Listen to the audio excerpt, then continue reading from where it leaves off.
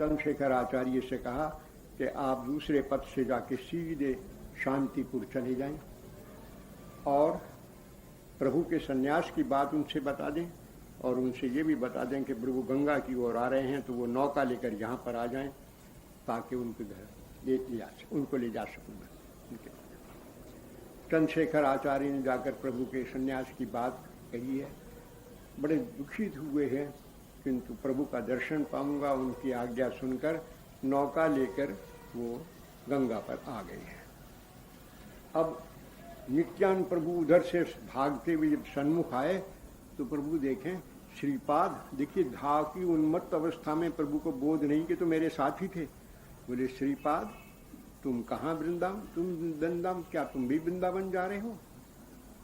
बोले हाँ प्रभु मैं भी तो वृंदावन जा रहा हूँ। ओहो तुमने मुझे पहले नहीं बताया। वृंदावन का पथ बोले खोजते खोजते आया हूँ। बोले वृंदावन का पथ गो बालकों ने बताया इधर का है। चले गए हैं। गंगा जी को देखकर ओहो जमुना जी आ गई, जमुना जी आ गई। बड़े प्रेम से पहले तो प्रणाम किया है जमुना को और जमुना की स्तुति करी है। स्तुति तो इसमें कहीं नहीं दी है।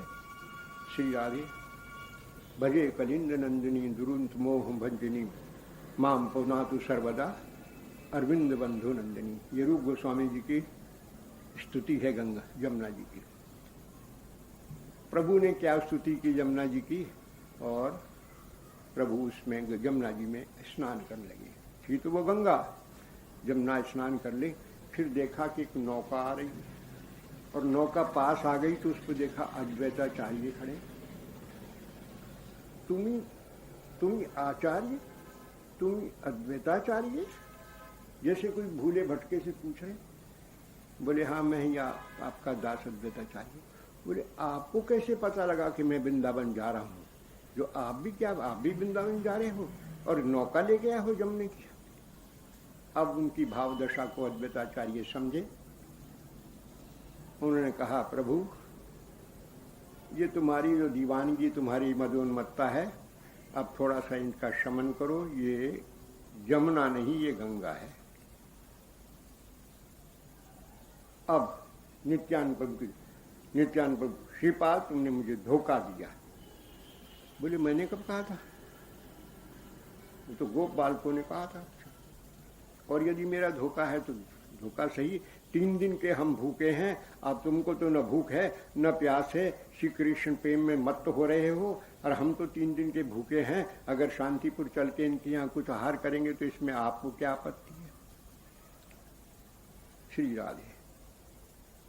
अद्वैताचार्य बड़े चतुर। बोले प्रभु श्रीपाद तो झूठ बोलते ही नहीं। प्रभु करें सरासर तो देखो। बोले देखो प्रयाग में जमुना बाम ओर से बहती है, गंगा दानी ओर से बहती है, तो इधर जमुना की धारा है और आपने जमुना में स्नान किया। कुछ थोड़े से मुस्कुराए प्रभु।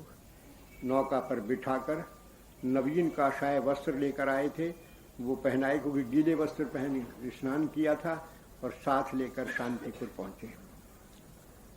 वहां जाकर सूचना तो पहले मिली गई थी। सीता ठाकुरानी जो अद्वैताचार्य जी की पत्नी हैं, नवद्वीप में इनके प्रति वात्सल्य भाव रखती हैं, पुत्र मानती हैं, सची माता से बड़ी हैं या उनकी अवस्था की ही, उन्होंने रंधन का बड़ा प्रबंध पहले से ही कर रखा था। प्रभु ने जाके गृह में प्रवेश किया है। सन्यासी निमाई को देखकर अपने आंचल से अश्रु पोंछने लगी है सीता माता। माँ को वह प्रणाम किया है। उन्होंने आसन दिया है, प्रभु आप बैठें, मैं आपके सबके लिए अब प्रबंध करता हूँ। वहाँ तो सब प्रबंध हो ही चुका था। श्री राधे। उधर प्रभु अच्छा इस समय हरिदास भी आ गए थे इनके साथ में, मुकुंदत के साथ में आदि के। तो वहाँ ठाकुर जी का बड़ा सुंदर भोग लगाया। बड़ा अच्छा वर्णन है इसमें भोग का। ये वस्तु तैयार की, रसाला तैयार किया, ये तैयार किया, भात और सब बहुत सी सामग्रियों का नाम वर्णन किया।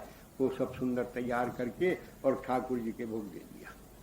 और अद्वैताचार्य ने, प्रभु ने एक चाल की के थाल तीन आसन बिछा दिए और उनके आगे भी 3 पत्तलें रखकर उसमें सब सामग्री रख दी। उनका भाव ये कि ये भी ठाकुर और ये भी ठाकुर, तो इनके भी अमनिया और उनके भी अमनिया। और जब रख के उनके थाल उनके सन्मुख रख दिए ठाकुर के। अब इनको बुला के प्रभु अंदर पधारो, चरण प्रक्षालन करके अंदर गए। बोले कहाँ बैठे? बोले ये आसन दिख तो रहे, तो ये बैठिए इस पर। बोली ये हमारे लिए? बोले हाँ। और इतनी सामग्री? बोले हाँ। क्या बात है। बिठा दिया। पानी के लिए बैठे। प्रभु ने बुलाया हरिदास और उनको। उन्होंने कहा मैं तो यहीं बैठकर थोड़ा सा पालूंगा। श्री राधे, मुझे तो आप यहीं दे दीजिएगा। वो हरिदास जिनको के श्राद्ध पात्र दिया था, आपने घर पर भोजन कराया था अद्वैताचार्य ने, अब क्या करें? हरिदास तो बाहर बैठे हैं, उनकी इच्छा है उनका धर्मत पान करने की। द्वार पर बैठे या द्वार के अंदर बैठे जैसे। प्रभु ने आसन लगा के आचमन करके बैठ गए। उन्हें कुछ पता नहीं क्या की लीला है। तो कहने लगे जहां श्री कृष्ण का इतना भोग नित्य प्रति लगता हो, मैं तो उनके चरणों की वंदना करता हूं, तो बड़े भाग्यशाली। बड़ी पहले तो घर की प्राप्ति है श्री राधे। उसके बाद में तो अब इसमें से थोड़ा कम कर दीजिए। अब हम इतना, मैं तो इतना नहीं पा सकता। अब अद्वैताचार्य कहने लगे पुरी में तो 54 बार एक दफा एक दिन में भोग लगता है, वो पा जाते हो, और यहाँ ही नहीं पा सकते। अब वो उनको ईश्वर भाव से बात कर रहे हैं। अब क्या जवाब दें उनको? ये तो सब आपको पाना है। आचार्य इतना नहीं पा सकता, मैं सन्यासी हूँ। हाँ, जैसा सन्यासी हूँ मैं जानता हूँ, आपको पाना ही पड़ेगा। उन दोनों में तो वाद विवाद हो रहा है। नित्यानंद बोले कि या पेट भरना है तो ये वाद विवाद करो, मैं तो भूखा हूँ, मेरे तो एक अन्न का दाना नहीं गया है 3 दिन से, ये तो भूख प्यासे कुछ नहीं है। पाना शुरू कर प्रभु ने, थोड़ा सा पाके छोड़ दें तो उतना ही फिर डाल दें। तो प्रभु ने बहुत पा लिया तो कहने लगे आचार्य अब तो क्षमा करो, अब तो मेरे उदर में मुझे कहीं जगह नहीं, कंठ तक मैं आ गया हूं, मुझ पर अब कृपा करो। हंस दिए अद्वैताचार्य, आचमन किया है, बीड़ी दी। नित्यानंद प्रभु इनका पेट भर गया, ये तो बहुत अद्भुत है, मेरा पेट नहीं भरा है। इतने से अन्न से मेरा पेट भरेगा क्या? अद्वैताचार्य विनोदी, मुझ गरीब दरिद्र ब्राह्मण के पास जो मुष्टि अन्न है, इसी से तुम्हें अपना पेट भरना पड़ेगा। तुम तो ऐसे, और तुम्हारा क्या है? कभी कहीं पाते हो, कभी कहीं पाते हो। तुम्हारा क्या मुष्टि? कभी सूखा चना चबाते हो, कुछ खाते हो। आज इससे भी तृप्ति तुम्हारी नहीं हो रही। नहीं देते तो नहीं खाता, रुझ पत्तल में से उन पे फेंका। तुमने मेरी जात भ्रष्ट कर दी है, तुम बड़े वैसे। और दोनों में परस्पर बनो विनोद, विनोदकार हो रही है। आचमन करके श्री राधे प्रभु के लिए शैया लगा दिए, आप विश्राम करें। एकांत में प्रभु को विश्राम करा के चरण दबाने की इच्छा जैसे ही करने लगे अद्वैताचार्य, प्रभु ने हाथ जोड़ के बहुत नचाया, अब मत नचाओ मुझे। ऐसा करके प्रार्थना की, आमा के नचाए, बहुत क्या, अब मत नचाना। श्री राधे नित्य अद्वैत प्रभु बाहर आए हैं। हरिदास मुकुंद आदि को सबको प्रसाद पवाया है, और फिर महाप्रभु जी का सबका प्रसाद पाया है। श्री राधे चंद्रशेखर आचार्य को ये कहा गया था महाप्रभु जी के द्वारा, कभी नित्यानंद प्रभु के द्वारा, कि वो जाकर नवदीप से सब भक्तों को लिवा लाएंगे। तो नित्यानंद प्रभु पूछा था सबको? माँ को, हाँ, एक को छोड़कर, बस वो एक को छोड़कर समझ गए कि पृष्णियों पिया को छोड़कर। खैर वो सब गए हैं बुलाने के लिए, तो कहीं चंद्रशेखर आचार्य का वर्णन, लेकिन वास्तव में नित्यानंद प्रभु गए हैं और चंद्रशेखर दोनों गए श्री राधे। और वहाँ जाकर सब भक्तों को प्रभु के संन्यास की सूचना दी है, और ये भी सूचना दे दी है कि वो शांतिपुर में है, और माँ के पास गए हैं। माँ, शांतिपुर में तुम्हारे निमाई उपस्थित हैं, मैंने तुम्हें लाकर दर्शन कराने के लिए कहा था, यहाँ तो नहीं ला सका, लेकिन वहाँ चल के तुम दर्शन करो। मैं अपने मुंडित केश निमाई का दर्शन करूं? फिर कह लगे हाँ हाँ हाँ मैं चलूंगी।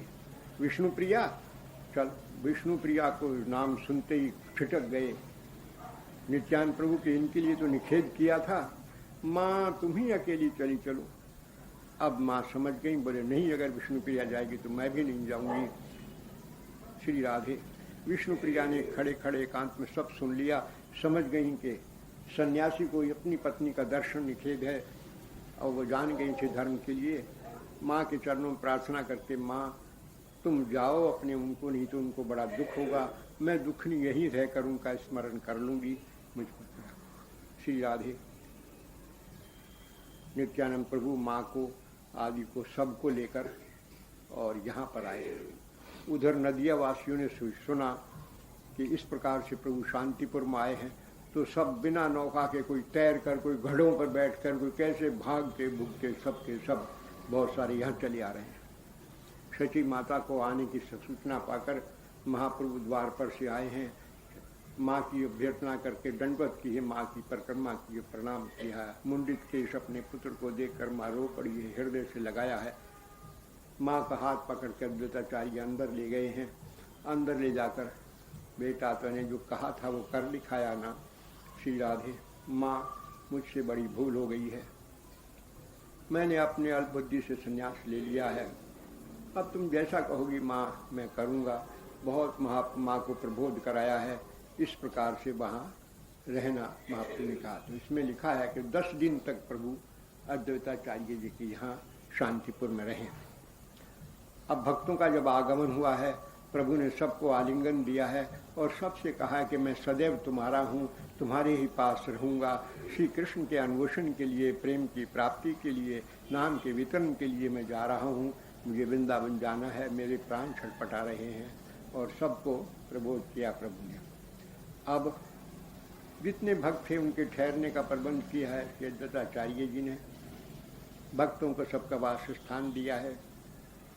अब भक्त ये चाहते हैं कि प्रभु जाते रहें सदा के लिए, हम एक बार निमंत्रण करके अब भिक्षा कराएं प्रभु की।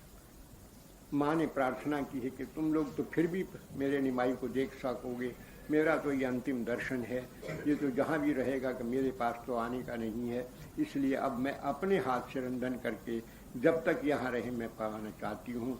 सब ने इसकी मान ली बात है। अब माँ नित्य प्रति रंधन करती हैं, अपने हाथ से अपने पुत्र को लालन करके करवाती हैं। अब ये वार्तालाप चल रहा है परस्पर कि प्रभु कहाँ रहें। श्री राधे। जब प्रभु से निवेदन किया तो प्रभु ने कहा, माँ जैसी आज्ञा देगी मैं उनका पालन करूँगा, आपको माँ से पूछ लो।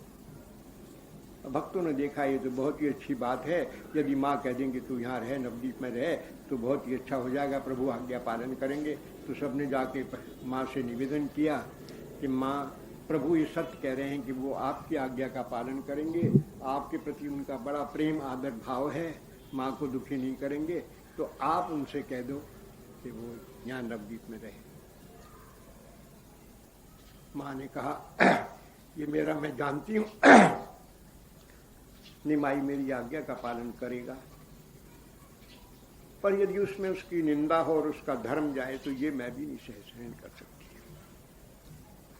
सोच के माँ ने कहा मैं दुख सह लूंगी, मगर निमाई की अब निंदा नहीं सह सकती, तो संन्यास धर्म छोड़कर घर में रहे, मैं उससे अब नहीं कहूँगी। भक्तों ने देखा ऐसी कृपामयी माँ, ऐसी माँ कौन हो सकती है जो अपने पुत्र को इस प्रकार शिक्षा देती है। निमाई जब पास में बैठे हैं, बेटा निमाई मैं चाहती हूँ तू श्री क्षेत्र यानी नीलाचल जगन्नाथपुरी में रहे, तो यहाँ से नित्य प्रति रथयात्रा के लिए प्रति वर्ष लोग जाते रहते हैं, आते रहते हैं, तो मुझे तेरा समाचार मिलता रहेगा, मेरा बना रहेगा, और फिर तेरी ऐसी इच्छा है। माँ मैं आपकी आज्ञा का पालन करूँगा।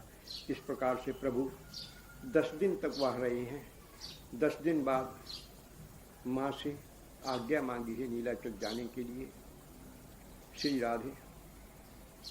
माँ को डोली में बिठाकर नवदीप के लिए माँ को भेजा है, माँ की परिक्रमा की है, माँ की रज ली है, माँ का आशीर्वाद लिया है, और उसके बाद सब भक्तों को प्रभु ने प्रणाम किया है, सबको आलिंगन दान किया है, मुझे श्री क्षेत्र जाने की आज्ञा दो। सब भक्त चलने के लिए तैयार हुए हैं। प्रभु ने कहा ऐसा उचित नहीं है। नित्यानंद प्रभु, मुकुंद आदि ये साथ चल रहे हैं, हरिदास साथ चल रहे हैं। श्री अद्वैताचार्य प्रभु ने महाप्रभु जी के चंदन इत्यादि लगाकर माला पहनाई है और उनको आरती करके विदाई की। सब भक्त उनके पीछे पीछे चलने लगे हैं सीधे आगे। इसमें और भी कई घटनाएं हुई हैं। लोग यहाँ आने दर्शन करने के लिए आने लगे हैं।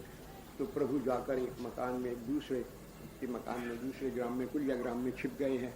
भक्त वहाँ भी पहुँच गए हैं। तो पहुँचे हैं तो वहाँ प्रभु ने फिर देखा कि ये तो बड़ा वो है, छत पर आकर दर्शन दिए हैं और सबको बताया है। वहाँ पर प्रभु ने कहा है, प्रभु बोले कही राम इहा महामंत्र, इहा जप दिया सबे करिया निर्बंध, इहा ते ही सर्व सिद्धि हैवे सबाकार, देश का नियम नहीं विधि नहीं यार। भक्तों को कहा है तुम सब जगह घर जाकर इस महामंत्र का जप करो और इसका नियम लेकर जप करो, निर्बंध करके। इसी से तुम्हें सब कुछ प्राप्त हो जाएगा, सर्व सिद्धि प्राप्त हो जाएगी इसी से। इसके लिए देश काल का कोई नियम नहीं है। ऐसी नाम निष्ठा देके भक्तों को सबको प्रणाम करके उनको विदा दी है श्री राधे। और फिर प्रभु अद्वैताचार्य के घर आकर उनसे विदा लेकर और पुरी की तरफ चल दिए। पुरी की तरफ जाते हुए भक्त पीछे पीछे क्रंदन करते चल रहे हैं। सबके नेत्रों में आंसू है। प्रभु हा कृष्ण कहते हुए राम राघव राम राघव राम राघव रक्षमाम, कृष्ण केशव कृष्ण केशव कृष्ण केशव पाहि माम, इस प्रकार से कीर्तन करते हुए अश्रुपात करते प्रभु तेजी से चले जा रहे हैं। भक्तगण पीछे चले जा रहे हैं। सबके नेत्रों में आंसू हैं। लेकिन अद्वैताचार्य धीर गंभीर चले जा रहे हैं। थोड़े तो वृद्ध शरीर है, प्रभु के साथ तेज चल नहीं सकते, लेकिन चले जा रहे हैं। पीछे फिर के देखा कि वृद्ध आचार्य भी चले आ रहे हैं। प्रभु ने देखा, आचार्य आप दुखी क्यों हैं? मुझे तो आपने विदा किया है। तो आचार्य ने कहा, प्रभु देखो ना, ये प्रेम में, कृष्ण प्रेम में या तुम्हारे प्रेम में सबके तो झरझर आंसू बह रहे हैं और मैं ऐसा कठिन हृदय हूँ कि मेरे नेत्रों में एक भी आंसू नहीं है। मुझ जैसे पतित कठोर हृदय को भगवत की कृपा प्रेम का कैसे प्राप्ति होगी? आचार्यवर, तुम इसलिए दुखी हो कि तुम्हारे अश्रु क्यों नहीं है? ये देखो, तुम्हारे प्रेम को मैंने अपने आंचल में बांध रखा है। यदि तुम रोना ही चाहते हो तो लो, मैं खोल लेता हूँ तुम्हारे प्रेम को। मैंने तो इसलिए बांध रखा था कि इन प्रेम के पागलों की संभाल कौन करेगा। आंचल खोला है, पछाड़ खाकर अद्वैताचार्य गिर पड़े हैं, हा कृष्ण करके रोने लगे हैं। बहुत देर तक प्रभु उनकी इस दिव्य उसकी प्रेमात्मा दशा को देखकर फिर आलिंगन उनको किया है। आचार्य, मैं इन भक्तों को तुम्हारे सपुर्द करता हूँ, इनकी संभाल करना। और कैसे थे जैसे कृष्ण भाग छूटे हैं। पीछे पीछे सब ये जो साथ जा रहे थे, मुकुंद और नित्यानंद प्रभु, हरिदास आदि, ये सब साथ साथ पीछे पीछे भागे चले जा रहे हैं। सीधा इस प्रकार से संन्यास दीक्षा के बाद जब प्रभु वहाँ चले हैं तो इसमें सविस्तर वर्णन है इसका कि प्रभु कहाँ कहाँ गए हैं, कैसे कैसे जाते रहे। महाप्रभु चलते चलते पहले एक अटिसरा ग्राम है, वहाँ प्रभु पहुँचे हैं। और इसमें वर्णन है कि प्रभु को फिर क्षीर छोड़ा गोपीनाथ और साक्षी गोपाल के दर्शन किए हैं। लेकिन इस बीच में जो पथ है उसकी दृष्टि से कई जगहें और भी पड़ती हैं, उनका वर्णन तो चैतन्य भागवत में उनका वर्णन है। श्री आगे तो एक छत्र भोग स्थान है। ये अम्बुलिंग वहाँ पर शिव जी का मंदिर है और जहाँ गंगा जी कुशल धाराओं में होकर बहने लगती हैं और भगवान शिव जो हैं वो जलमग्न है। वहाँ गौड़ देश और उड़िया देश की जो है बीच की जो है वो है ये जो जल मार्ग है, ये दोनों का बीच का वो है। तो एक देश से दूसरे देश में जाने में बड़ी भारी, उस समय में बड़ी भारी बाधाएं थी। गौड़ देश और उड़ीसा देश के में आपस में वैमनस्य चल रहा था, वाद विवाद चल रहा था, तो जाना आना संभव नहीं था। प्रभु ने अम्बुलिंग का दर्शन करके स्नान किया। उसी समय गौड़ देश के एक अधिपति थे रामचंद्र खां।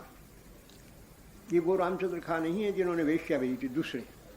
उस समय में खान की उपाधि मुसलमानी राज्य होने की वजह से हिंदू अधिकारियों को भी दी जाती थी, तो ये अधिकारी थे, तो इनको भी खान की उपाधि दी हुई थी। ये भी प्रभु का दर्शन करने के लिए आए थे, और जब प्रभु इधर बैठे थे तो रामचंद्र खां ने देखा, उनने उनको दंडवत किया। प्रभु ने रामचंद्र खां को आलिंगन करा, तुम बड़े अधिकारी हो, कुछ ऐसा प्रबंध करो कि मैं चला जाऊं। बोले प्रभु मैं इसका प्रबंध करता हूं। और उनके प्रबंध करने से वो जो घाट के दानी लोग थे रोकने वाले, उन सब से आके प्रभु जी थे सबके साथ में वहां चले गए हैं, श्रीराधे पार हो गए हैं। रेमुना ग्राम में जाकर सायंकाल हो गया। प्रभु वहां विश्राम करने लगे वृक्षों के नीचे। भक्तों ने कहा अब हम भिक्षा का प्रबंध कर लाएं। प्रभु ने कहा कि नहीं, भिक्षा तो मैं लेकर आऊंगा, और भिक्षा करने के लिए चल गए। प्रभु को देखकर भिक्षा मांगे तो उन्होंने अपना वस्त्र फैला दिया, तो इतना दे दिया कि वो लेके प्रभु आए तो इतना कि सबका पेट भरे और अधिक लेकर चले आए। श्री राधे। भिक्षा हुई, रंधन हुआ, प्रभु पाया। रात्रि को वहां विश्राम किया और वहां के क्षीर चोरा गोपीनाथ के दर्शन करने के लिए गए। बड़ा सुंदर दर्शन है वहां पर, उनकी बड़ी महिमा है।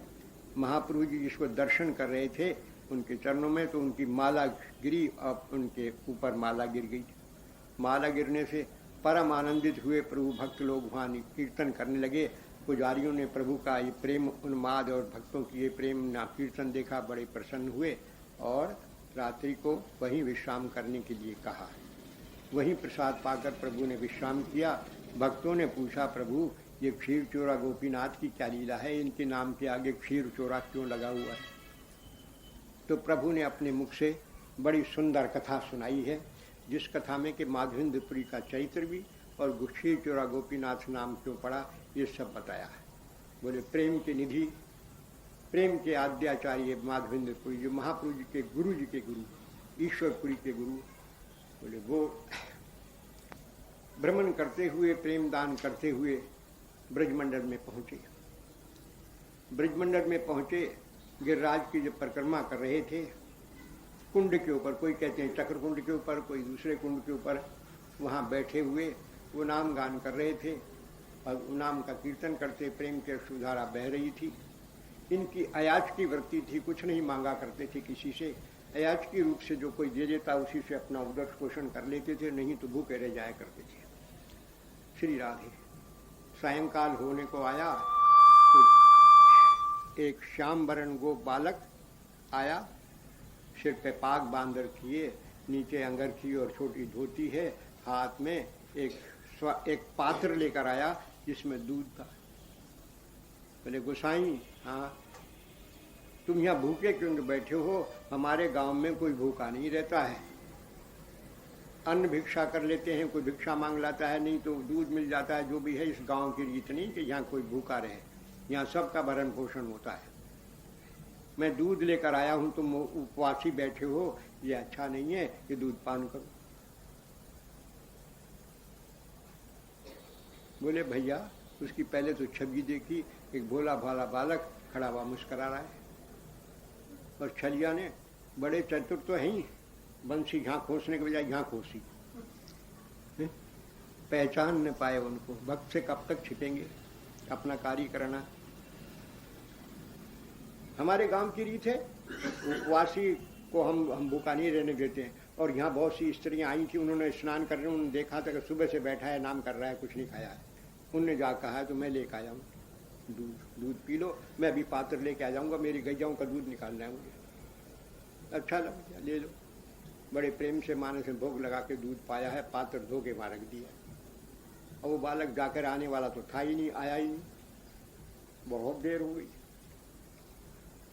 पूछे भाई कहाँ है, कहाँ है, गांव में गए? उन्होंने कहा हमने तो दूध भेजा ही नहीं भाई, ये हमारा पात्र ही नहीं है।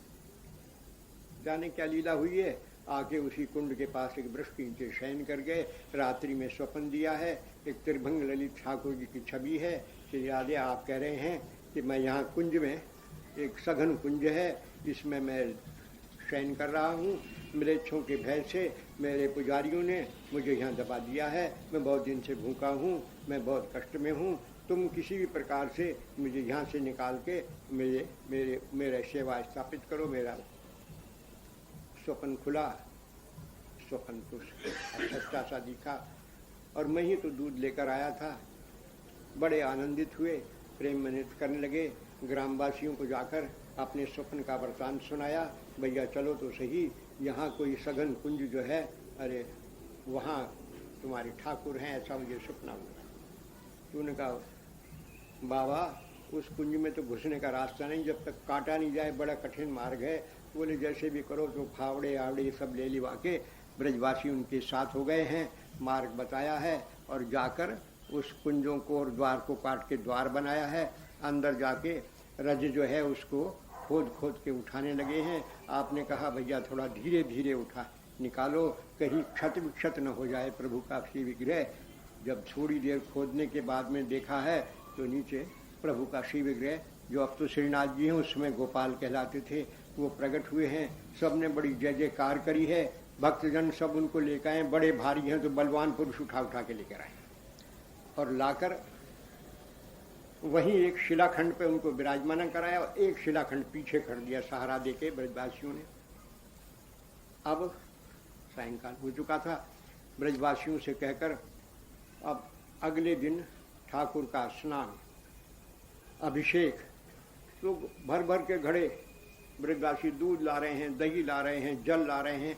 इसमें लिखा है 100 घट, 100 घड़े जल लेकर गोविंद कुंड का ले लेके भर के आए हैं। तो महादेवपुरी जी ने उनका अभिषेक किया है। पहले अंग रज पोंछी है, जल से स्नान कराया, फिर दुग्ध स्नान, दधी स्नान और फिर स्नान इत्यादि करा के भगवान को बड़ा सुंदर रूप से अंग पोंछे हैं। ब्रजवासी सुंदर सुंदर वस्त्र, धोती आदि श्रृंगार की सामग्री ले आए हैं। बड़ा सुंदर चंदन घिस लगा के प्रभु का श्रृंगार करके और वही शिलाखंड के ऊपर धोती वस्त्र आदि सब पहना के और बंशी दे के भगवान को विराजमान करा है। ग्रामवासी दूर दूर से दूध, दही, घृत और जो जो सामग्री थी सब लेके आने लगे हैं। अब देखा माधवेंद्रपुरी ने, ओहो ये तो गिरिराज के ठाकुर, गिरिराज गोवर्धनधारी दिखाई देते हैं, इतनी सामग्री आ गई है। उन्होंने कहा है भैया इतनी सामग्री का रंधन करने के लिए जो मेरे साथ जो आदमी तो हैं ही, बाकी औरों को लगाकर इनका रंधन कराओ। और रंधन करा के और फिर ठाकुर जी के भोग लगाया गया है। भगवान की आरती माधवेंद्रपुरी ने की है, सब ब्रजवासियों ने, और सब ने बड़े प्रेम से भगवान का प्रसाद पाया है। तो ये दूसरी जो है गिरिराज पूजन लीला अपने आप हो गई है। ब्रजवासियों ने उस समय तो पर्ण कुटी बनाकर ऊपर पत्तों की छावन करके बना दिया, बाद में तो ठाकुर का मंदिर बना। इस प्रकार से अब वहाँ का ये नियम चल गया कि रोज किसी एक गांव लेकर सारी सामग्री आता और वही सब उस प्रकार से भोग लगता, तो रोज ही वहाँ तो अन्नकूट होने लगा। ऐसा होते होते 2 वर्ष तक माधवेंद्रपुरी जी अपने उस गोपाल की सेवा में तल्लीन रहते, बड़े बड़े सुंदर उनके श्रृंगार करते, उनके भोग लगाते और फिर वो प्रसाद पाते। संन्यास धर्म और यहाँ ठाकुर के जो भोग लगे तो थोड़ा थोड़ा सब भोग लेके भी पाते, जैसी गोपाल की इच्छा। श्री राधे। और वहीं कुटिया के बाहर दूसरी जगह आप शयन करते। ग्रामवासी ने छोटा मंदिर ही बना दिया। 2 वर्ष हो गए। 2 वर्ष बाद क्या हुआ श्री राधे कि एक दिन कौतिक ठाकुर ने सपना दिया इनको। क्या सपना? बोले कि मुझे इतने दिनों जो है भूमि में मैं गड़ा रहा हूं, इससे मेरे शरीर में बड़ी गर्मी बढ़ गई है और तुम्हारे इस अभिषेक आदि से कुछ शांति तो मुझे आई है, भूख भी मेरी कम हुई है, लेकिन मेरे शरीर में अभी बड़ी गर्मी है और कुछ खुजली भी होती है। तो तो इसके लिए तुम मलियागिर चंदन लाओ कर्पूर, और वो मलियागिर चंदन लाकर मुझे उस चंदन को मेरे अंग पे लेपन कराओ, तो उससे मेरा ये दूर होगा और तुम स्वमीला हो चुका।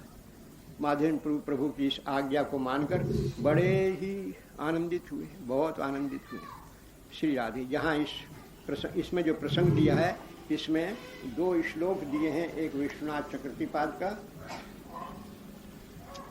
और एक दिया है शायद रघुनाथ गोस्वामी पाद का, कि जिसमें उन्होंने इनको ये बताया है कि ये जहाँ लोग ये कहते हैं कि चैतन्य संप्रदाय और वल्लभ संप्रदाय में मतभेद और ये और वो, यहाँ इन 2 श्लोकों को देखिए कितने अच्छे सुंदर श्लोक हैं। अधिधर मनुरागम माधवेन्द्रस्य तन्वम स्तदमल हृदयोत्थाम प्रेम सेवाम विनर्वम प्रकट निज शक्तया वल्लभाचार्य भक्तया उत्स्फुरति हदीस एव ऋषि गोपाल देव। ये विश्वनाथ चक्रवर्तीपाद का श्लोक है। इसमें लिखा है कि श्रीमाधवपुर स्वामी के अति प्रबुद्ध अनुराग का विस्तार करते हुए उनके हृदय की विशुद्ध भावमयी प्रेम सेवा को जिन्होंने आदर्श प्रदान किया है, सुप्रकटित अपनी उस शक्ति के सहित एम श्री वल्लभाचार्य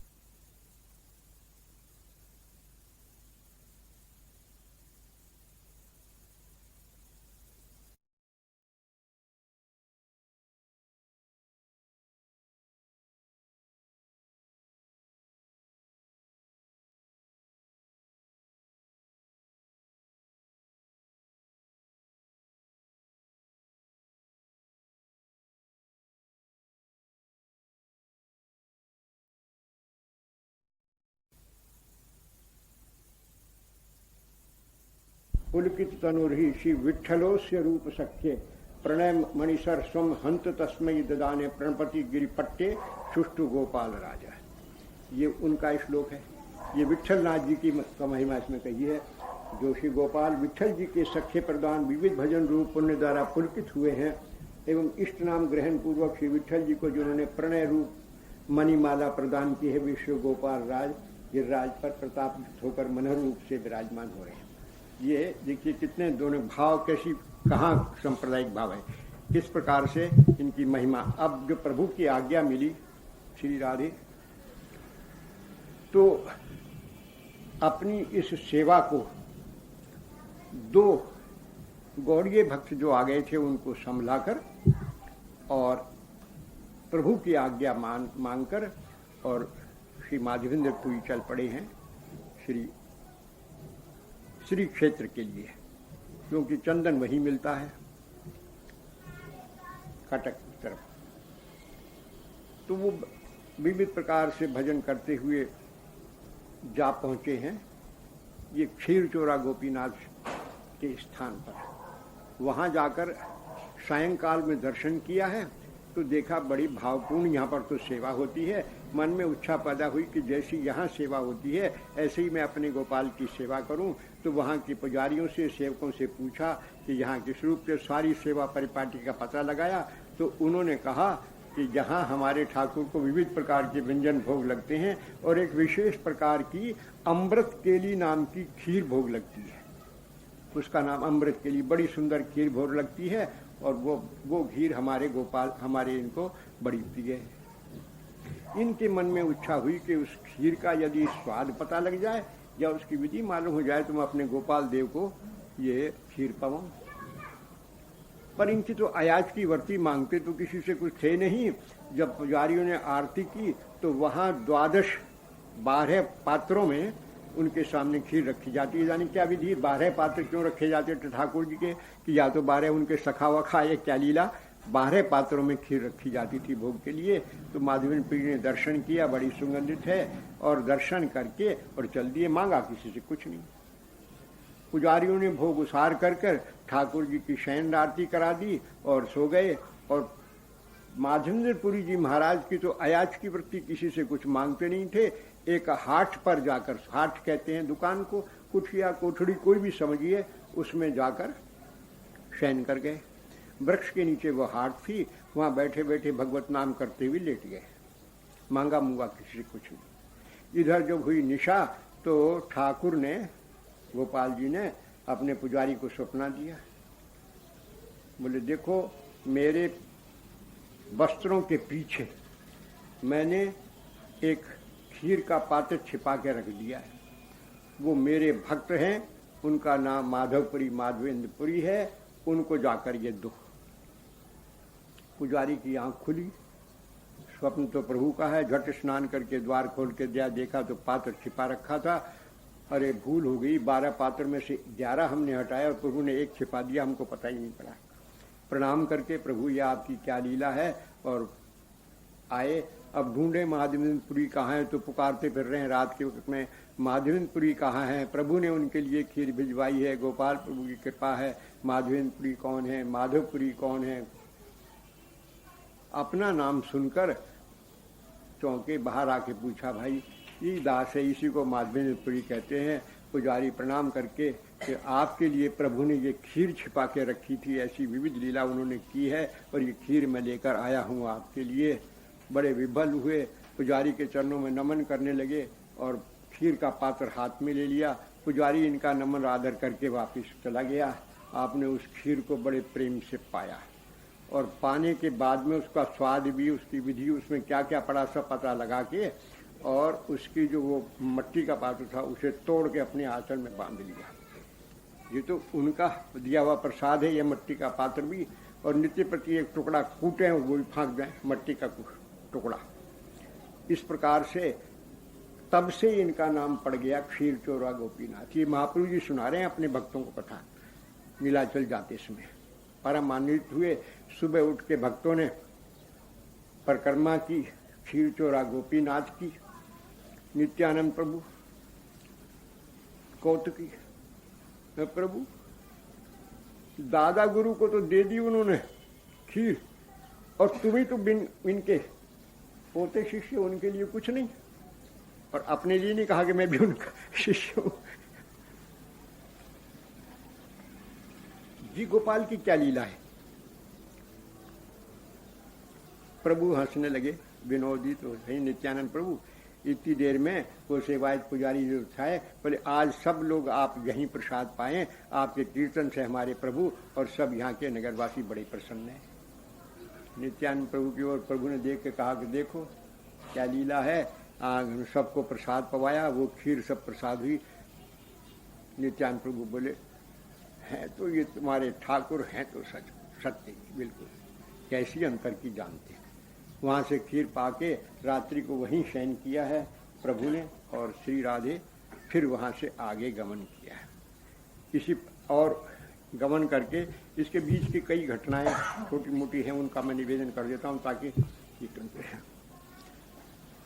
इसके बाद में प्रभु आगे बढ़े।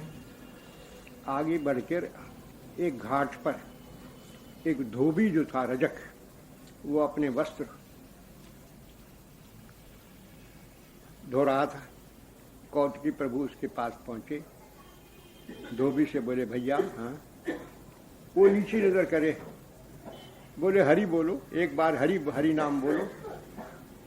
वो धोबी ने देखा ये साधु लोग आते हैं कुछ मांगते हैं। अरे भाई देखो भाई साधु महाशय, मैं तो गरीब धोबी हूँ, मेरी जेब में कुछ देने के लिए तुम्हारे पास नहीं, कहीं और जाओ तुम्हें मिलेगा। अरे भैया तुमसे मैं कुछ नहीं मांगता हूँ, तुम्हें एक बार हरि बोलो। वो फिर उसने नीचे निगाह उठाया उन्हें कह दिया, हरि बोलूं कि अपने कपड़े धोऊं, मेरे घर वालों को इसी से तो पालन करता हूं, हरि कैसे बोलूं मैं। ऐसे करके वाद विवाद हो रहा है। तो अंत में प्रभु ने कहा कि देखो भैया, अगर तुम हरि नहीं बोल सकते, तुम्हारा है तो तुम्हारे कपड़े तो मैं धो देता हूं, लेकिन तुम हरि बोलो तो सही एक बार।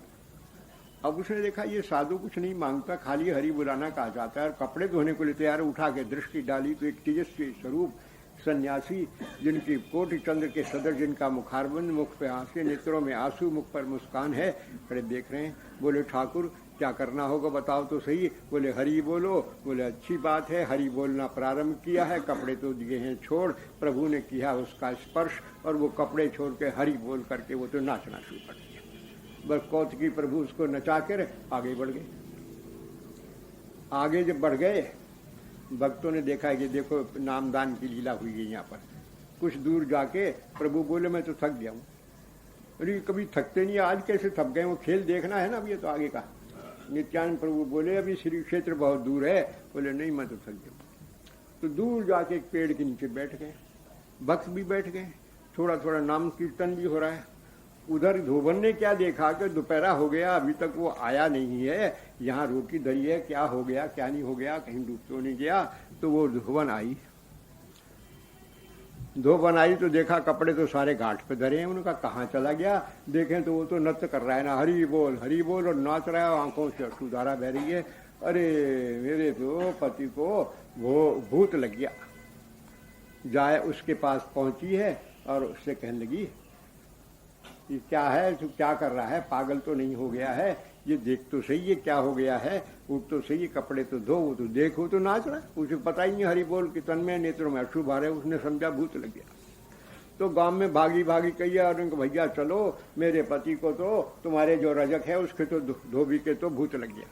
बोले भूत लग गया, और लठ उठाया सबने, चलो भूत को हटाएं, भगाएंगे, भूत को भगाएंगे, कोई ओझा बुलाओ, ये करो। गांववासी तो गांववासी होते ही हैं, तो कोई बोला हम तो मार के ओझा वाय को भगा देंगे, उसको भगा देंगे, और लठ लेके चले आ रहे हैं। ओझा जी भी चले आ रहे हैं। वहां आके देखा तो वाकई उन्होंने देखा तो भूत लगी गया। ये तो नाचे ही जा रहा, मुंह से हरि बोल हो रहा है, उसके मुंह से झाग निकल रहे हैं, नेत्रों से आंसू निकल रहे हैं, बिल्कुल कायम। एक आदमी ने कहा, अरे इसका हाथ पकड़ो।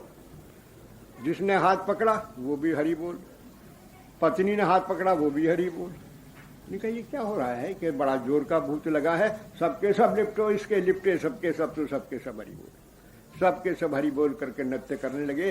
एक दीवानगी प्रभु ने देखी है, प्रेम लीला बसर के छोड़ी है जब, और वहां से प्रभु फिर रवाना हो गए धोबी पर रजक पे प्रेम दान करके। श्री आगे चलकर एक घाट आया है। उस घाट पर पार जाने के लिए घाट का दानी बैठा रहता था। दानी कहते हैं कि जो घाट का कर लेता था, और जो कोई कर दे वो तो पार जा सकता, दूसरा नहीं जा सकता था। उधर कुछ यात्री और जा रहे थे, उन्होंने देखा हमारे पास कुछ देने को है नहीं, और ये घाट दानी जाने नहीं देगा, और पेड़ के नीचे उठने और बैठे बैठे रुदन सा कर रहे थे कि भाई कैसे जाएंगे पार। इधर से देखा प्रभु जो आ रहे हैं उनके भक्तों के साथ कीर्तन करते कराते, तो उसने देखा इनके साथ निकल के हम भी चले जाएंगे। यात्रियों ने सोचा इनको तो झांकी जाने देगा। घाटदानी तो लठ लेके तैयार, बरछी बल्लम, पर महाप्रभु जी की जो सुंदर छवि देखी और उनका मधुर नाम संकीर्तन, उनका तेज देख के, तो उनके पास आके प्रणाम करके, आप जाना चाहते हैं आगे? बोले हाँ। आपके साथ कौन है? बोले भाई संसार में मेरा कोई नहीं है, न मेरे साथ कोई है। बोले तो फिर आप पधारिए। महाप्रभु जी हरि बोल, और वो आगे बढ़ गए। तुम लोगों को सबको कर देना पड़ेगा। बोले भाई हम तो इनके साथ में आए हैं, ये तो हमारे ही स्वामी हैं, हम इनके सब दास हैं। बोले उन्होंने कह दिया मेरा कोई नहीं है, तुमको सबको तो कर देना पड़ेगा। अरे भाई हम कह रहे हैं कि हम उनके साथ हैं, तुमने देखा था कि हम साथ कीर्तन कर रहे हैं, हमारे पास तो पैसा कौड़ी कुछ नहीं है, और अब नित्यानंद प्रभु कह रहे हैं ये अच्छे देखो हमें छोड़ के चल दिए ये प्रभु ऐसे। सब ने कहा कि नहीं प्रभु हमें छोड़ेंगे तो नहीं। कुछ दूर जाके पेड़ के नीचे बैठ के प्रभु रोने लगे। नाम भी करते जा रहे हैं, रोते भी जा रहे हैं। अरे भाई देखो हमें तुम जाने दो, वो हमारे प्रभु हैं, हमारे बिना वो कष्ट पाएंगे, उनकी संभाल कोई नहीं करेगा। कहाँ हैं? बोले कोई यहीं पास बैठे होंगे। जाके देखा उसने तो वो रो रहे हैं और अश्रुपात हो रहा है। बोले वो तो रो रहे हैं बैठे बैठे अश्रुपात, बोले वो हमारे ही लिए रो रहे हैं।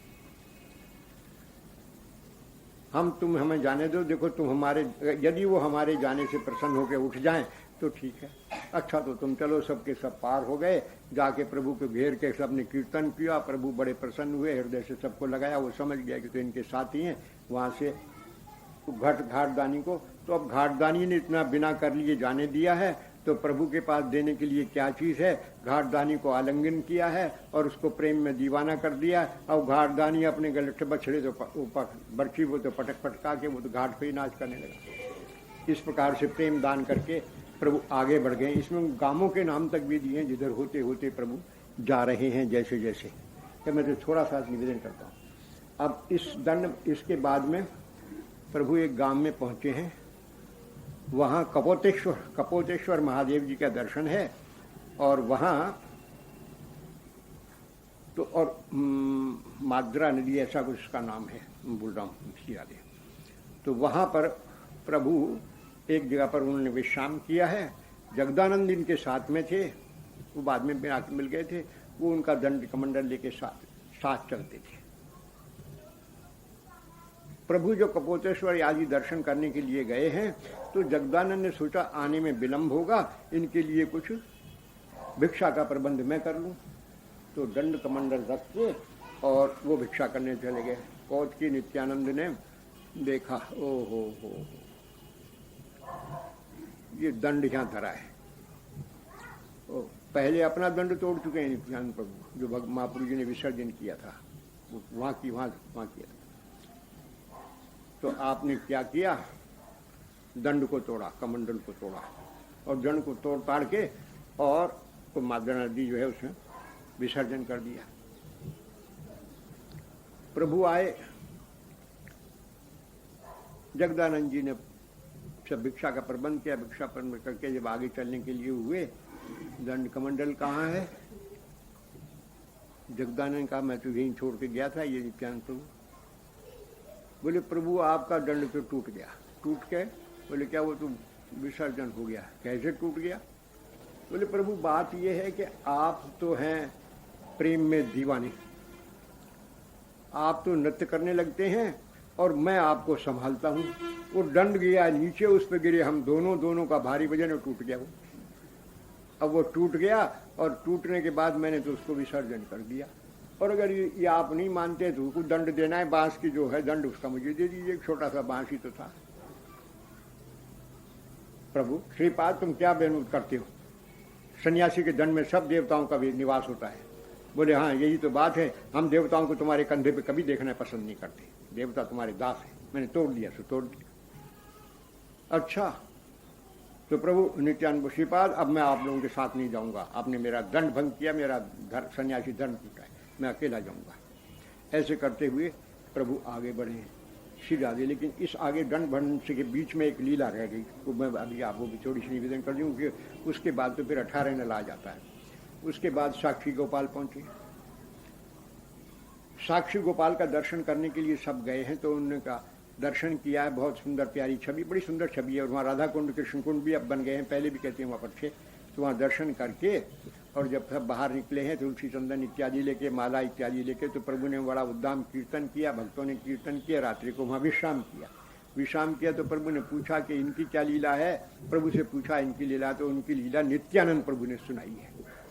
बोले साक्षी गोपाल, बोले इनका नाम साक्षी गोपाल इसलिए है कि एक वृद्ध ब्राह्मण तीर्थ यात्रा करने के लिए निकले थे, उन्हें एक युवक को साथ लेना था, तो एक छोटे युवक विप्र को उन्होंने साथ ले लिया और वो उनकी सेवा करता हुआ, वो दर्शन कराता हुआ, सब तीर्थ यात्रा कराता हुआ और ब्रजमंडल में पहुंचा। वहाँ गोपाल का दर्शन किया और जगह जगह दर्शन करने के बाद में, और वो उनकी बड़े भाव से, वो छोटा विप्र था, उनकी सेवा करता था। तो उसने ये कहा कि तुमने मेरी बड़ी सेवा की है, मेरी तीर्थ यात्रा भी बड़ी सफल हुई है, अब मैं घर चल के अपनी कन्या का विवाह तुमसे कर दूंगा। वो धनी मानी था। तूने कहा क्या विनोद करते हो? मैं तो एक गरीब ब्राह्मण, छोटी जाति का हूँ, आप तो नैष्ठिक ब्राह्मण, वैदिक ब्राह्मण है, धनाढ्य पुरुष है, मेरे साथ विवाह का क्या संबंध हो सकता है? बोले नहीं, मैं सत्य कहता हूँ, मैं अपनी कन्या का विवाह तुमसे करूंगा। बोले अच्छा विवाह सत्य करोगे? तो ये गोपाल खड़े हैं, इनके सन्मुख प्रण करो कि मैं तुम अपनी कन्या के विवाह करूंगा। बोले हाँ, मैं गोपाल के सन्मुख कहता हूँ मैं कन्या के विवाह करूंगा। उसने हाथ जोड़ के गोपाल से कहा प्रभु आप साक्षी हैं, इसने वचन दिया है। बस वो फिर उसी प्रकार से सेवा करते हुए वापस जब पर आए तीर्थ यात्रा करके अपने गांव में, तो सब ने बड़ा वो आनंद मनाया, बड़ी सुंदर तीर्थ यात्रा सफल हुई है। अब उन्होंने अपने मन भाव निवेदन किया कि मैंने इसको ये वचन दिया है कि अपनी कन्या उसको दूंगा। ग्रामवासियों ने कहा कि बस इसीलिए कि कुछ दिनों आपकी सेवा के लिए साथ चला गया, कि जाने कौन सा ब्राह्मण है, एक गरीब ब्राह्मण है, पढ़ा लिखा है नहीं, और तुम हो एक बड़े विद्वान, बड़ी वो है सुलक्षणा तुम्हारी कन्या, इसको देने से तो उचित नहीं है, ऐसा तो नहीं। बोले भाई मैं बड़े संकट में हूँ, मैंने तो इसको वचन दे दिया है। बोले क्या वचन दिया है? बोले मैंने कहा है अपनी कन्या दूंगा। बोले ये उचित नहीं है। बोले फिर बात ये कि मैंने तो ठाकुर के सन्मुख कहा है कि मैं अपना वचन, मैं बंधन में पड़ अपने वचन को कैसे काटूं, और इसने ठाकुर से कहा साक्षी देगा। उन्होंने कहा, उन लोगों ने कहा अच्छा तो ठीक है, अगर ठाकुर साक्षी दे दे, वो गोपाल साक्षी दे दे, तुम कन्या इनको दे देना। उसको बुलाया गया छोटे ब्राह्मण को। उसने कहा हाँ मुझे इन्होंने कन्या देने के लिए कहा था, मैंने मना भी किया था, तो मैं गरीब आदमी हूँ, मेरे से नहीं, तो इन्होंने साक्षी ठाकुर के सन्मुख कहा था और उन्होंने साक्षी उनको बनाया था। तो बोले जाओ तुम्हारे ठाकुर को लेके आओ, वो यदि साक्षी दे दे तो कन्या का विवाह हो सकता है। जानते थे कि भाई ठाकुर कोई मूर्ति चल के आने से रही, वो साक्षी देने से रहे, बात टल जाएगी। वो विप्र बड़ा दृढ़ विश्वासी था। बोले अच्छा यदि आप यही कहते हैं तो गोपाल साक्षी देने के लिए मैं जाता हूँ। वहाँ से गोपाल फिर वापिस लौटे हैं, आके भगवान वो विप्र लौटा है और जाके गोपाल के सन्मुख प्रार्थना की है, प्रभु आपके सन्मुख उस वृद्ध विप्र ने वो किया था कि मैं अपनी कन्या तुमको दूंगा, और प्रभु आपकी साक्षी थी, अब आप साक्षी देने के लिए चलें। कृपा में प्रभु बोले भाई कहीं मूर्ति भी चलती है क्या? बोले आपके लिए सब सुलभ है, क्योंकि अभी आप बोल भी तो रहे, मूर्ति तो बोलती भी नहीं है। बोले अच्छी बात है, तुम्हारे कहने के लिए जब मैंने साक्षी देने के लिए किया तो झूठा तो नहीं बनूंगा, तुम्हारी साक्षी तो दे दूंगा, पर एक उसके लिए वो ये है, क्या है कि बोले चलूंगा पीछे पीछे तुम्हारे, फिर मैं कैसे जानूंगा कि आप आ रहे हैं? बोले मेरे नूपुरों की छम छम ध्वनि जो है उससे तुम्हें पता लगता रहेगा कि मैं चलता हूँ, पर यदि तुमने पीछे फिर के देख लिया तो मैं वहीं खड़ा हो जाऊंगा मूर्ति रूप में, फिर नहीं वो जाऊंगा। बोले अच्छा मैं मुझे मंजूर है। चल दिए हैं, कानों में बड़ी सुंदर मधुर ध्वनि नूपुर की आती है, जैसे कहाँ आ रहे हैं आ रहे हैं आ रहे हैं, ऐसे करते उस ग्राम से थोड़ी दूर जाकर वो देखा कि पीछे आ रहे हैं कि नहीं आ रहे, पीछे दृष्टि की तो मूर्तिमान खड़े हो गए। अब खड़े हो गए प्रभु भी चलो अब तो मूर्ति बन गए। वो गांव में गया कि देखो भाई चलो, उन्होंने ऐसे वचन दिया था, आ तो गए हैं और वहाँ तुम्हारे गांव के पास वो खड़े हैं पेड़ के नीचे, चलो साक्षी वहीं चल के ले लो। गए हैं सब लोग, जाके देखा तो वाकई वहाँ बड़ी सुंदर मूर्ति विराजमान है और वाकई शिव ठाकुर हैं। सब गांववासी वहाँ पहुँचे हैं, वृद्ध लोग भी पहुँचे, वो वृद्ध भी पहुँचा है। सब ने प्रभु की आरती वारती करी है। आरती करने के बाद में प्रार्थना की, उसने प्रार्थना की प्रभु आपके सन्मुख इसने वचन दिया था अपनी कन्या मैं को दूंगा और आप इसकी साक्षी हैं। तो उन्होंने कहा कि हाँ सत्य बात है, मैंने मेरे सामने इसने वचन दिया था, मैं साक्षी देता हूँ, साक्षी देता हूँ। अब तो बहुत ही प्रसन्न हुए। जाकर उस कन्या के साथ उसका विवाह हो गया। अब ये ख्याति फैल गई कि ठाकुर वहाँ से ब्रज से चलकर यहाँ साक्षी देने के आए तो सिद्ध ठाकुर हैं, तो बड़े बड़े मंदिर और बड़ी सेवा पूजा होने लगी। तो तत्कालीन राजा जो थे उन्होंने आपने किया, तो वो उनको मनाकर प्रभु आप मेरे क्षेत्र में विराजे, वहाँ सब सेवा होगी। साक्षी गोपाल जी को लाकर वहाँ विराजमान किया है, तो जगन्नाथपुरी से उड़ी तरफ है आजकल, तो वहाँ रेलवे स्टेशन भी है। तो वो साक्षी गोपाल का दर्शन करके और दर्शन किया। अब आगे प्रभु ने तो ये कही दिया था कि मैं अकेला जाऊंगा, भागे हैं वहां से। एक 18 नाला स्थान आता है, अभी भी है वो 18 स्थान, जहां से भगवान के शिखर का दर्शन होता है, ध्वजा का, चक्र का।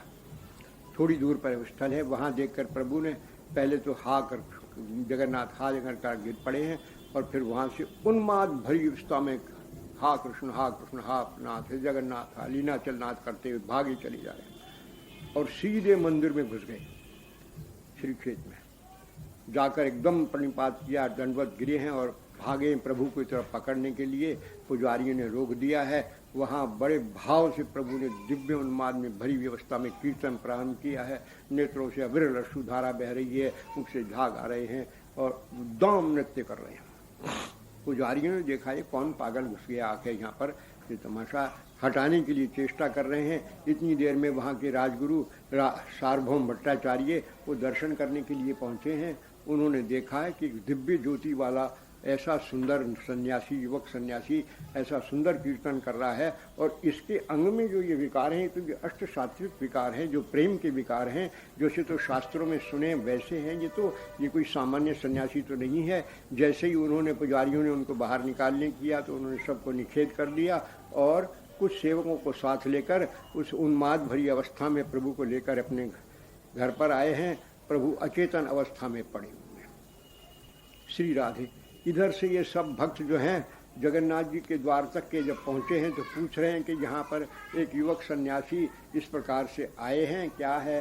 तो किसी ने द्वारपालों ने लोग बता दिया कि वो आचार्य के यहाँ उनको ले गए हैं, वो तो अचेतन मरणासन है।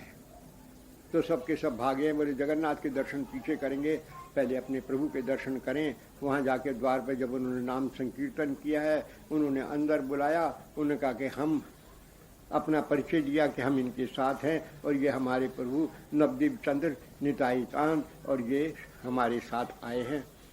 परिचय पूछा है, परिचय पाकर तो वो जान गए जगत मात मिश्र के पुत्र हैं, और इस प्रकार से इन्होंने नवीन अवस्था में संन्यास लिया है।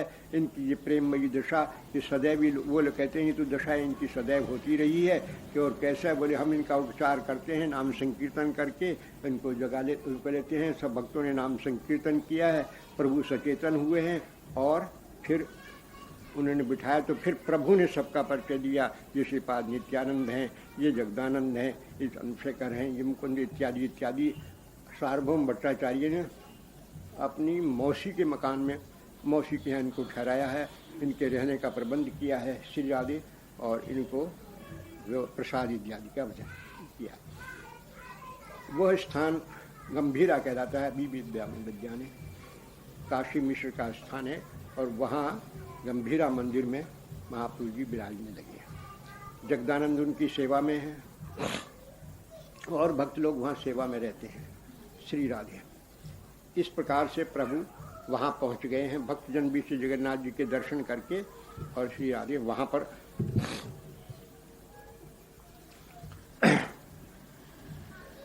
जगन्नाथपुरी में रह रहे हैं। इनके संबंधी हैं गोपीनाथ आचार्य, वो महाप्रभु जी को भी जानते हैं, और वो उनका ये विश्वास है कि ये भगवान के अवतार हैं, परम प्रेम की मूर्ति हैं।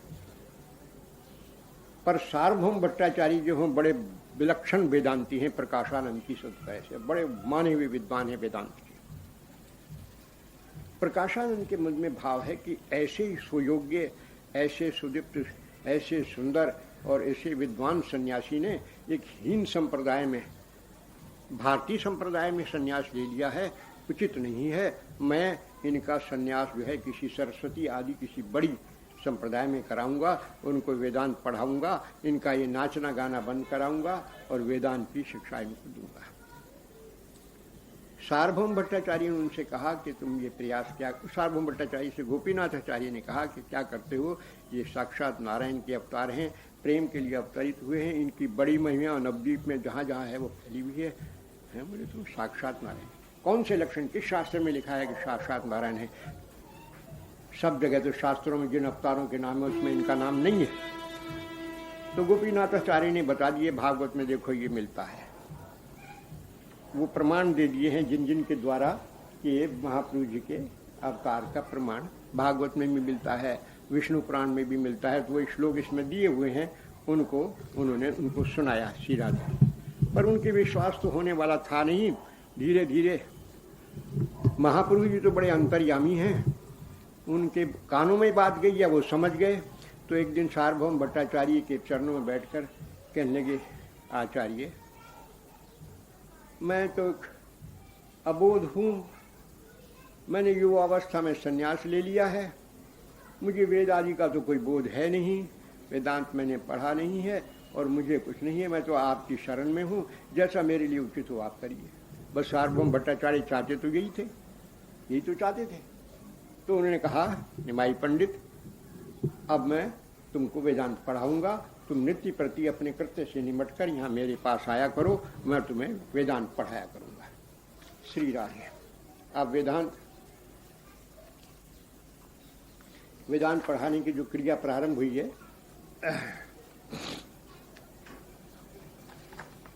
उसमें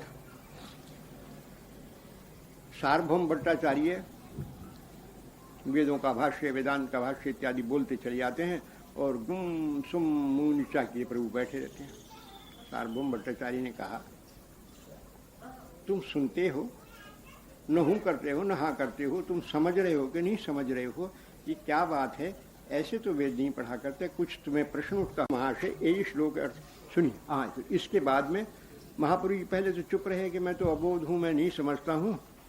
जब उन्होंने बार बार किया आग्रह, तो प्रभु ने फिर थोड़ा सा प्रकाश किया अपने स्वरूप का और बोले, आचार्य महाशय, ये जो सूत्र आप सुना रहे हैं, इनको तो मैं समझ रहा हूं अच्छी तरह से, इनको तो मैं अच्छी तरह से समझ रहा हूं, किंतु जो आप व्याख्या कर रहे हैं ये मेरी समझ में नहीं आ रही है। बोली, मेरी व्याख्या जी तुम्हें समझ में नहीं आ रही, तो आप कहो तो और विशेष करके समझा दूं। तब प्रभु ने अपना थोड़ा प्रकाश किया। बोले, व्याख्या वो श्लोक और उसका अर्थ तो मैं बिल्कुल समझ रहा हूं उन सूत्रों का, लेकिन आपकी व्याख्या तो इससे मेल ही नहीं खाती। आपने जो व्याख्या कर रहे हैं ये तो बिल्कुल ही विपरीत है। और अब महाप्रभु जी ने उनका खंडन प्रारंभ कर दिया, और खंडन प्रारंभ करके कहा कि वेदांत सूत्र की भाषा में व्यास को भ्रमित कर दिया। वेद व्यास भ्रमित थे और भगवान के शिव विग्रह का खंडन किया गया है। ये बिल्कुल विपरीत बात है। भगवान का विग्रह कभी भी मायिक नहीं है, भगवान का विग्रह ऐसा नहीं है। ऐसा करके उसमें शास्त्रार्थ की बातें वो मैं यहाँ क्या निवेदन करूँ, श्री राधे। लेकिन महाप्रभु जी ने उनके सारे तर्कों को खंडन कर दिया। भगवान का शिव विग्रह सच्चिदानंदमय है। भगवान का विग्रह उन्होंने सूत्रों से ही बता दिया। एक सूत्र में कहते हैं कि उनके मुख पानीपाद कुछ नहीं है, और दूसरे सूत्र में कहते हैं कि सर्वत्र पानीपाद, दोनों सब तरफ उनके हाथ और मुंह है, वो चलते भी हैं, बोलते भी हैं। बोले, ये दोनों सूत्र के क्या अर्थ निकलते हैं? भगवान का शिव विग्रह जो है वो सच्चिदानंदमय है, सशक्तिक है, भगवान सब क्रियाएं करते हैं, आदि आदि प्रमाण देकर उन्होंने शास्त्रों के द्वारा ये प्रमाणित कर दिया कि ये सब का सब जो है, जो आपने अर्थ किया है, ये सब अर्थ गलत है। श्री राधे। और फिर उसमें उन्होंने ये बताया कि ये जो आप कह रहे हैं ये मायावाद शास्त्र है, और जिसके रचित क्या शंकराचार्य जी है। मगर शंकराचार्य तो शंकर के अवतार हैं, लेकिन उन्होंने भगवान की आज्ञा से ऐसा अर्थ किया है और उसके लिए प्रमाण दे दिया। स्वागमे कल्पितेष्वंच जनाद वन विमुखान कुरु मांच गोपयेन स्याद सृष्टि रेशोत्तरोत्तरा मायावाद समक्षात्रम प्रच्छन्न बौद्ध मुच्यते मय्य विहितम देवी कलो ब्रह्म।